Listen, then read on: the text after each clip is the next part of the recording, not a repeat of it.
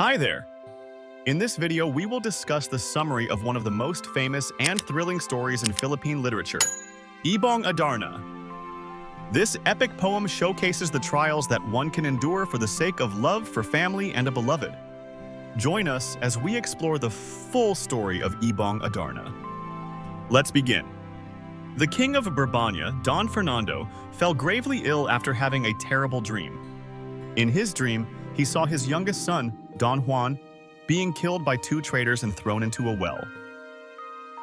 According to a wise doctor, only the song of the Ibong Adarna could cure the king's illness.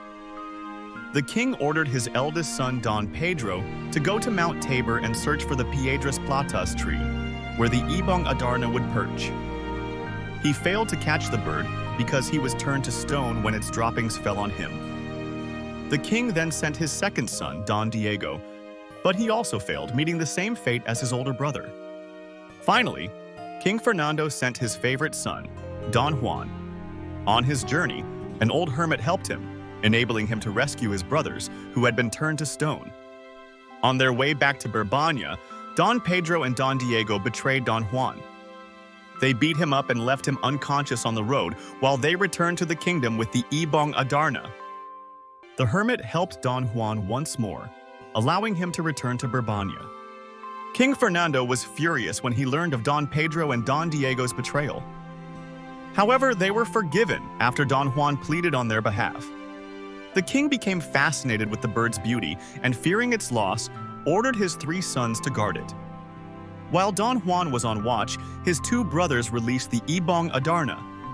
Afraid of being punished by their father, Don Juan fled and journeyed to Armenia to live there. His brothers followed him. In Armenia, they discovered a mysterious well. All of them attempted to descend, but only Don Juan made it to the very bottom. There he found a paradise-like place. He met Doña Juana and Princess Leonora there. He defeated the princess's guards, including a giant and a serpent with 7 heads. He rescued the princesses from the well, but Princess Leonora suddenly remembered that she had left her ring behind. Don Juan went back to the well to retrieve the ring. When he reached the bottom, Don Pedro cut the rope.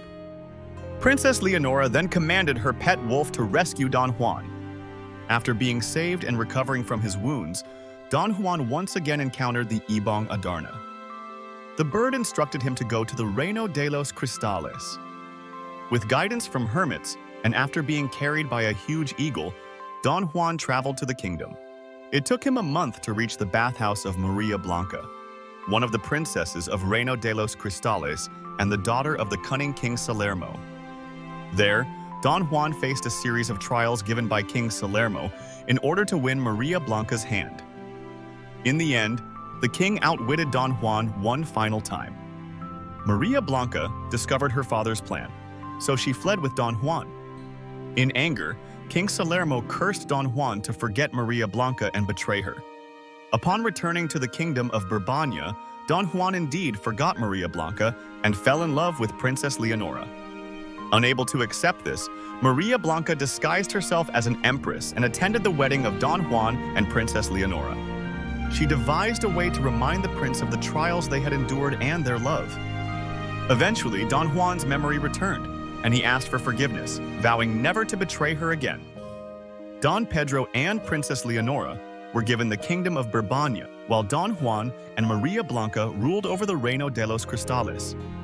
And that concludes the summary of the entire story of Ibong Adarna. If you enjoyed this video, don't forget to like, subscribe, and click the notification bell to stay updated on our upcoming videos. Until next time, thank you for watching.